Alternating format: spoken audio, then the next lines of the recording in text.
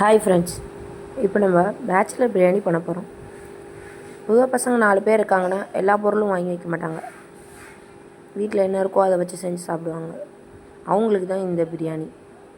சீக்கிரமாக குயிக்காக பிரியாணி ரெடி ஆயிரும். குக்கர் இல்லாமல் நம்ம இந்த பிரியாணியை எவ்வளோ சீக்கிரம் பண்ண முடியும் அப்படிங்கிறத இப்போ பார்க்க போகிறோம்.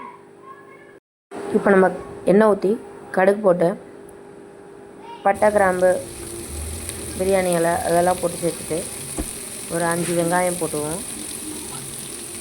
இது தாராளமாக 4 பேர் சாப்பிட்லாம். 4 பேர் சாப்பிட்றதுக்கு தகுந்த மாதிரி தான் 5 வெங்காயம் நல்லா நீளமாக நறுக்கி வச்சு அதை இதில் சேர்த்துக்கோங்க. புதினா, கொத்தமல்லி எல்லாம் வேணும்னா போட்டுக்கோங்க. இல்லாட்டினா இதை நம்ம சீக்கிரமாக குயிக்காக பண்ணுறதுனால அதெல்லாம் நம்மளுக்கு தேவையில்லை.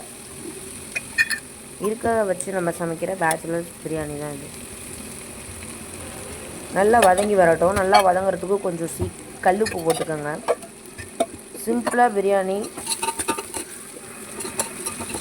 சிம்பிளான ரேட்டில் ரெடி ஆகிடும். இது ஒரு குஸ்கா மாதிரி தான் இருக்கும். பட் ஆனால் சாப்பிடும்போது நம்மளுக்கு பிரியாணி டேஸ்ட் கொடுக்கும். 5 வெங்காயத்தை நல்லா நீல வாக்கில் நறுக்கி போட்டாச்சு. அதுக்கு ஒரு 3 தக்காளி போட்டால் போதும். 3 தக்காளியும் அதே மாதிரி நீல வாக்கில் நறுக்கி அதையும் சேர்த்துருங்க. நல்லா ஹை ஃப்ளேமில் வச்சு நல்லா வதங்கி வரட்டும். நல்லா கிண்டி விடுங்க. நல்லா கிண்டி விட்டு நல்லா அடிப்பிடிக்காமல் பார்த்துக்கோங்க.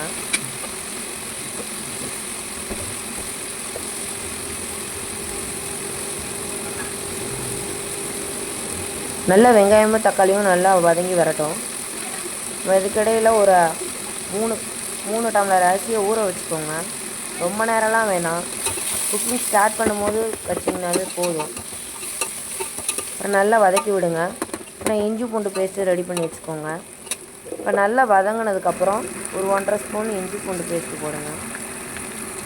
உங்களுக்கு இந்த ஃப்ளேவர் நல்லாயிருக்கும். இல்லை நம்மளுக்கு குழந்தைங்களாம் இது நல்லா சாப்பிட்லாம். ஏன்னா நம்ம இதில் அதிகமாக நம்ம காரம் சேர்க்க போகிறதில்ல. அதனால் குழந்தைங்க தாராளமாக இதை சாப்பிடுவாங்க. நீங்கள் இதை செஞ்சு மட்டும் கொடுங்க.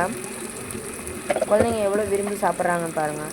சில குழந்தைங்க நம்ம அந்த பிரியாணி மசாலாவில் போடுற அந்த பட்டை, கிராம்பு, ஏலக்காய் இதெல்லாம் எடுத்து, கொத்தமல்லி, புதினா எல்லாத்தையும் எடுத்து வச்சு சாப்பிடுவாங்க. ஆனால் இதை இப்படி பண்ணி கொடுங்க, அவங்க விரும்பி சாப்பிடுவாங்க. தக்காளி, வெங்காயம், இஞ்சி பூண்டு பேஸ்ட் நல்லா வதங்கினதுக்கப்புறம் மஞ்சள்தூள் போட்டு, மிளகாத்தூள், மல்லித்தூள், கொஞ்சம் காரம் வேணும்னா மட்டன் மசாலா போட்டுக்கோங்க. டேஸ்ட்டும் நல்லாயிருக்கும்.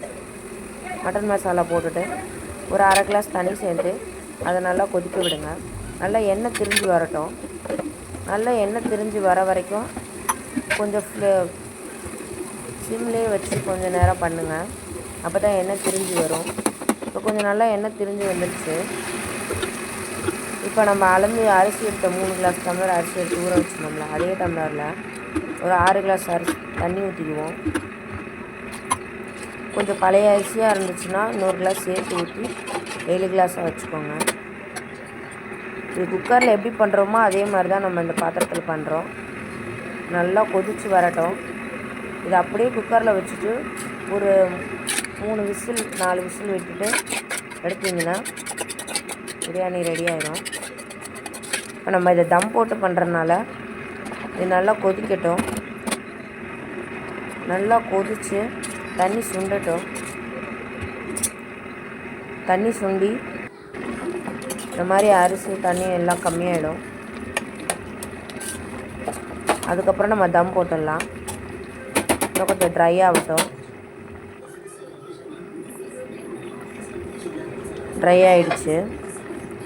இப்போ நம்ம தோசைக்கல்லை எடுத்து அடுப்பில் வச்சு சிம்மில் வச்சு ஒரு 10 நிமிஷம் தம்மில் போட்டுடலாம். தம்மில் போட்டு அதுக்கப்புறம் ரெடி ஆகிடுச்சு. இப்போ பாருங்கள், இதை மட்டும் பேச்சுலர்ஸும் நல்லா சாப்பிடுவாங்க. ஈஸியாக குயிக்காக அவங்ககிட்ட இருக்கிற பொருளை வச்சு செஞ்ச பிரியாணி குழந்தைங்க ரொம்ப விரும்பி சாப்பிடுவாங்க. இதுக்கு சைடிஷ் ஏதாவது வேணும்னா முட்டை தொக்கு வச்சு வெங்காய பச்சடி செஞ்சு சாப்பிடுங்க. முட்டை தொக்கு இன்னொரு வீடியோ போட்டிருக்கேன், அதையும் பார்த்து செஞ்சுக்கோங்க. தேங்க்யூ.